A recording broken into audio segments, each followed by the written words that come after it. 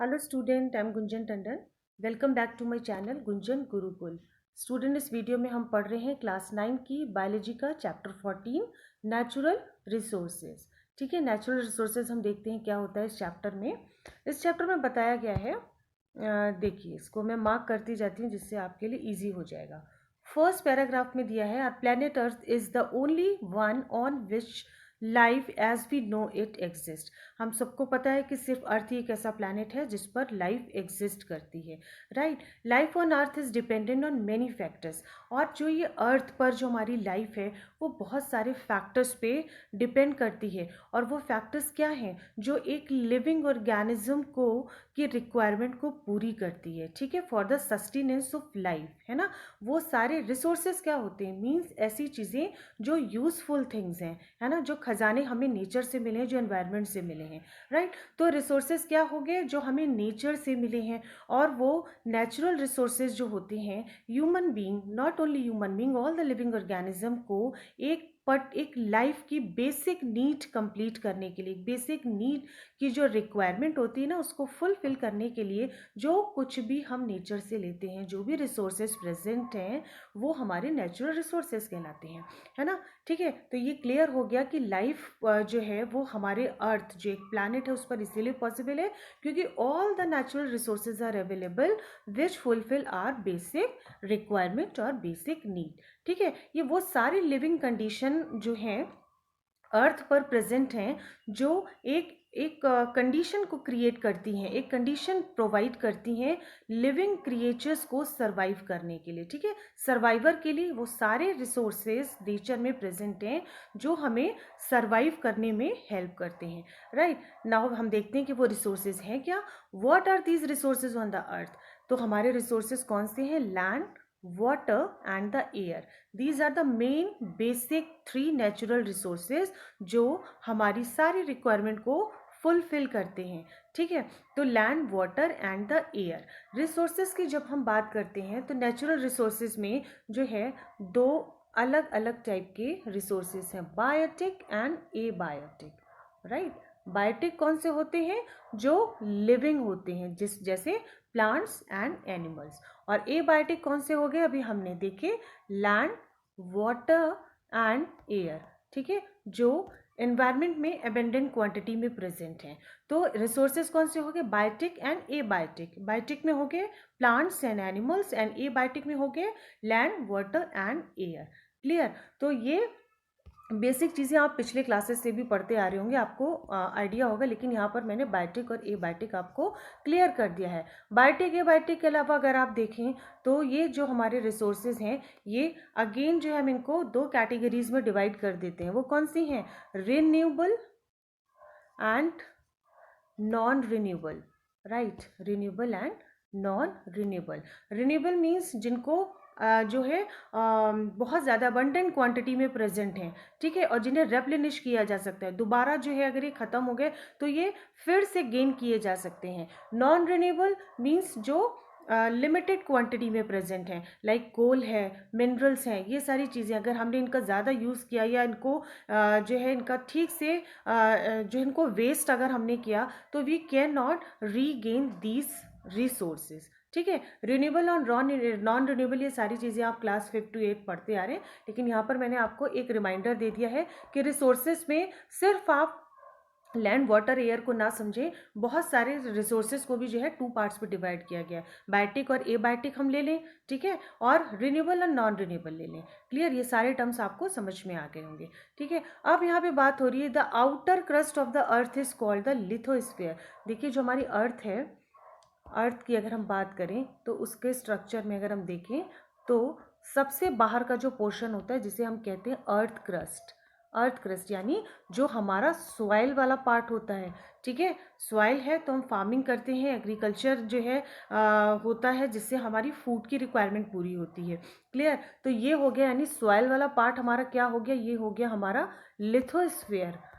Clear, then अगर अर्थ को हम देखें तो ये earth crust, then mantle and then जो है कोर में डिवाइड होती है। ठीक है, वैसे हमारे अर्थ का स्ट्रक्चर क्या है अभी आपने पढ़ा होगा लास्ट क्लास में भी। अगर आपको क्लियर नहीं है तो यहाँ पे फिर से एक बार मैं क्लियर कर देती हूँ कि हमारे अर्थ में ये देखिए इस तरीके से, मान लीजिए हमारी अर्थ है, इसका सेंटर में होता है जो लेयर, उसको कोर कहते हैं।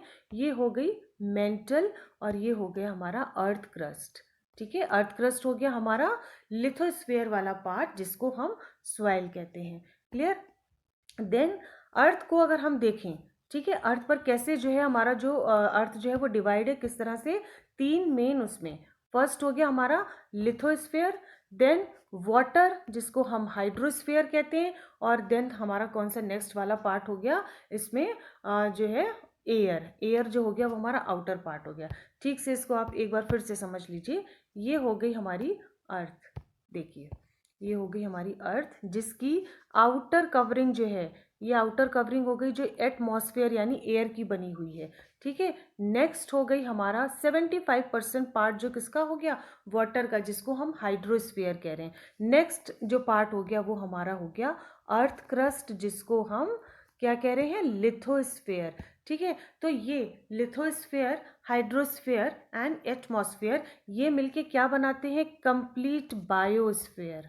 ठीक है, यानी हमारा बायोस्फीयर जो है किन कंपोनेंट से मिलकर बना हुआ है, lithosphere, hydrosphere and atmosphere. Clear. तो ये यही पार्ट जो है, यही सारी थ्योरी जो है इस पैराग्राफ में आपको समझाई गई है। ठीक है, व्हाट आर दीज रिसोर्सेज की जब बात हो रही थी तो इसमें ये यही समझाया गया कि लिविंग थिंग्स का जो एक लाइफ सपोर्टिंग जो सिस्टम है, जो लाइफ को सपोर्ट करने की जो रिसोर्सेज है वो कौन कौन से, हमारे लैंड, वाटर और एयर। इन्हें हमने क्या कह दिया, लिथोस्फीयर, हाइड्रोस्फीयर एंड एटमॉस्फेयर।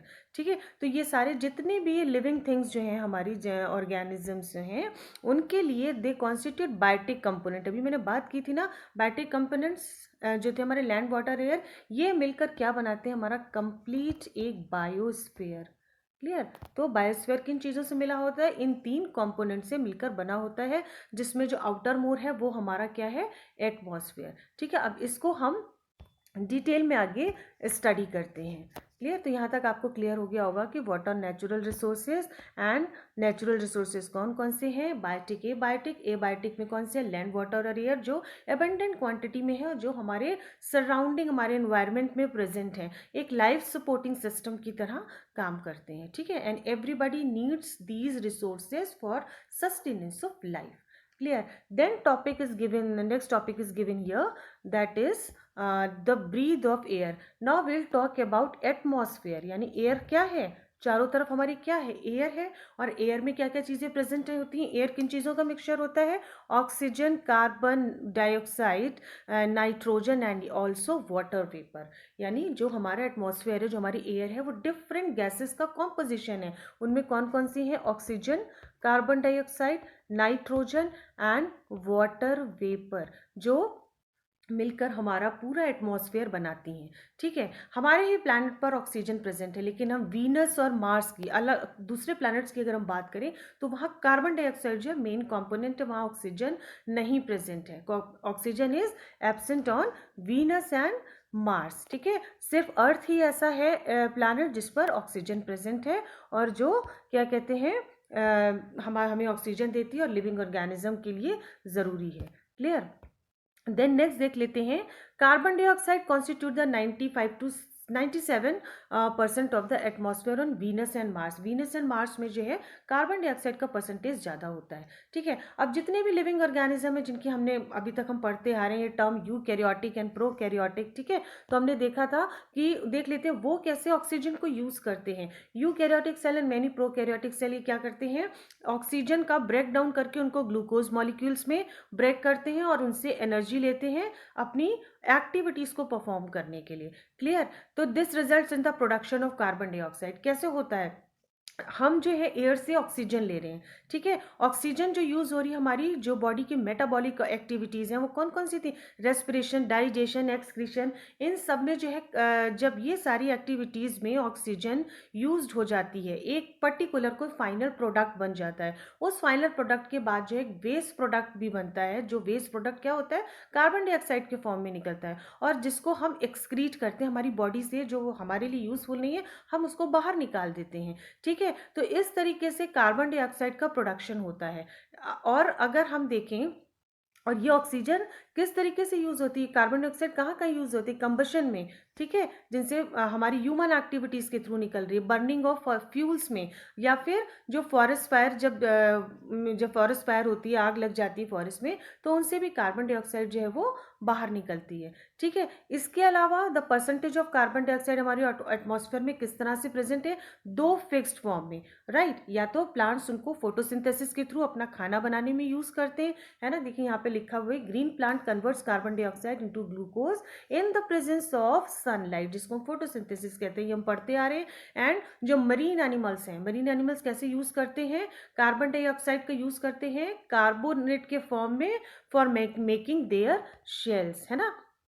तो this was the importance of air. ये हमने देखा कि इम्पॉर्टेंस एयर की यहाँ पर हमने कैसे कैसे पढ़ी, यूकैरियोटिक प्रोकैरियोटिक कैसे करते हैं, एंड जो मेरीन एनिमल्स है वो कैसे करते हैं, क्लियर। देन नेक्स्ट टॉपिक देखते हैं, the role of atmosphere in climate control. अब जो एयर का जो रोल है ना, जो हमारा एटमॉस्फेयर है चारों तरफ, वो कैसे जो है कंट्रोल करती है सारे एटमॉस्फेयर को, सारे एनवायरनमेंट को कंट्रोल करने में, क्लियर। तो यहाँ पे हम देख लेते हैं, ये वाला आप देखिए, इसको पढ़िए। We have talked about the atmosphere covering the earth. हमने पढ़ा था ना, एटमॉस्फेयर हमारा क्या है, हमारे जो चारों तरफ एयर प्रेजेंट है, and this air act as a blanket, है ना। अर्थ के लिए जो है, अर्थ को चारों तरफ से किसने कवर कर रखा है, एयर ने। तो एयर जो है, it is a bad conductor of heat, यानी ये हमें वार्म रखती है ना, हीट को इवॉल्व बाहर जाने से रोकती है। इसीलिए कहा जाता है कि air works like a blanket around the earth, है ना, and it is a bad conductor of heat. ये बात देखिए यहाँ भी समझाई गई है। देन होता क्या है, इस बहुत इंपॉर्टेंट है, इसको देखिएगा। The atmosphere keeps the average temperature of the earth fairly steady during the day and even the course of the whole year. यानी जो एयर है वो एक थर्मो रेगुलेशन का काम करती है, ठीक है, थर्मो रेगुलेटर की तरह काम करती है, हीट को रेगुलेट करती है अर्थ की। कैसे, देखिए मान लीजिए ये है हमारी अर्थ और ये है हमारा मून, इसके बीच में हमारा सन प्रेजेंट है, ठीक है, यानी सन की अर्थ और मून दोनों से इक्वल डिस्टेंस है, क्लियर। ये अर्थ और मून को आप देख रहे हैं, इसकी जो है इक्वल डिस्टेंस है। लेकिन जो ये हमारी अर्थ है, इसके चारों तरफ जो है क्या है, अर्थ के चारों तरफ क्या प्रेजेंट है, हमारा जो है ब्लैंकेट, ये एयर जिसकी हम बात करते हैं ना, ये एयर प्रेजेंट है, ठीक है। ये इसमें एक मिनट में इसको आपको क्लियर करती हूँ फिर से, इसमें क्लियर नहीं आ रहा है। ये हमारी हो गई अर्थ, ठीक है, और ये हो गया हमारा मून, दिस इज द सन, दोनों की इक्वल डिस्टेंस है सन से। लेकिन जब सनलाइट जो है जब अर्थ पर पड़ती है, ठीक है, सनलाइट पड़नी शुरू हुई, तो अर्थ पर उतनी ही सनलाइट आती है जितनी उसको जो है एयर, ये हमारी एटमॉस्फेयर आने के लिए परमिशन देती है, ठीक है, कि कितनी रिक्वायरमेंट, कितनी सनलाइट जो है वो अर्थ पर पड़ेगी, राइट। तो ये जब सनलाइट है, लेकिन मून पर ऐसा कोई भी आउटर कवरिंग, कोई भी ऐसा ब्लैंकेट लाइक एटमॉस्फेयर एयर नहीं प्रेजेंट होती है, ठीक है। तो यानी मून का जो है दिन में टेम्परेचर 119 डिग्री सेल्सियस हो जाता है, जबकि हमारी अर्थ का ऑलमोस्ट एक जो हम टेम्परेचर की बात करते हैं 40 डिग्री सेल्सियस होता है, ठीक है। क्यों, क्योंकि अर्थ जो हमारी जो एटमॉस्फेयर है वो सनलाइट को आने से जितनी रिक्वायरमेंट है उतने को ही एंट्री देती है, ठीक है। ये तो हो गई हमारी डे टाइम की बात। अगर हम रात में करें, अब जितनी भी सनलाइट अंदर आ गई थी अर्थ पर, नाइट के टाइम क्या होता है, ये इन सनलाइट को जो रेज है, सन रेज, उनको बाहर नहीं जाने देगी, ठीक है, वो ट्रैप करके रखती है। तो क्योंकि हमने बोला था ना कि एयर जो है वो हीट रेगुलेशन का काम करती है, एज अ थर्मो रेगुलेटर काम करती है। तो जितनी भी हीट आ गई उसको वो ट्रैप करके अपने अंदर रखती है, बाहर जाने के लिए नहीं देती है। लेकिन मून पर कोई एयर, कोई एटमॉस्फेयर, कोई आउटर कवरिंग ना होने से क्या होता है, सनलाइट नाइट में क्या होता है, बाहर निकल, सन रेज जो है बाहर निकल जाती हैं और टेम्परेचर डाउन हो जाता है, जो कितना पहुंच जाता है, -119 डिग्री सेल्सियस, ठीक है। तो ये डिस्टेंस आप देखिए, सन की, मून और अर्थ से इक्वल डिस्टेंस है, लेकिन अर्थ के चारों तरफ एक ब्लैंकेट, एक एटमॉस्फेयर एयर की जो है कवरिंग है, जो अलाउ करती है कि कितनी हीट जो है अर्थ पर आएगी, सन रेज कितनी आएंगी और कितनी वो उसको बाहर अलाउ करेगा जाने के लिए। क्लियर? तो दैट वाज अबाउट द जो हमने पढ़ा कि कैसे एयर जो है एज अ ब्लैंकेट काम करता है। ठीक है, ब्रीदिंग के लिए ज़रूरी है, ये हम सबको पता है ना। ऑक्सीजन हमारी बहुत सारी मेटाबॉलिक एक्टिविटीज़ में हेल्प करती है। ठीक है, देन इट इज़ इंटरेस्टिंग, ये वाला पार्ट मैंने आपको पूरा क्लियर कर दिया कि कैसे जो है अर्थ जो है सन को अर्थ की जो है चारों तरफ जो एयर प्रेजेंट है वो सनलाइट को कैसे आने से रोकती है और कैसे थर्मो रेगुलेशन का काम करती है। राइट, तो नाउ नेक्स्ट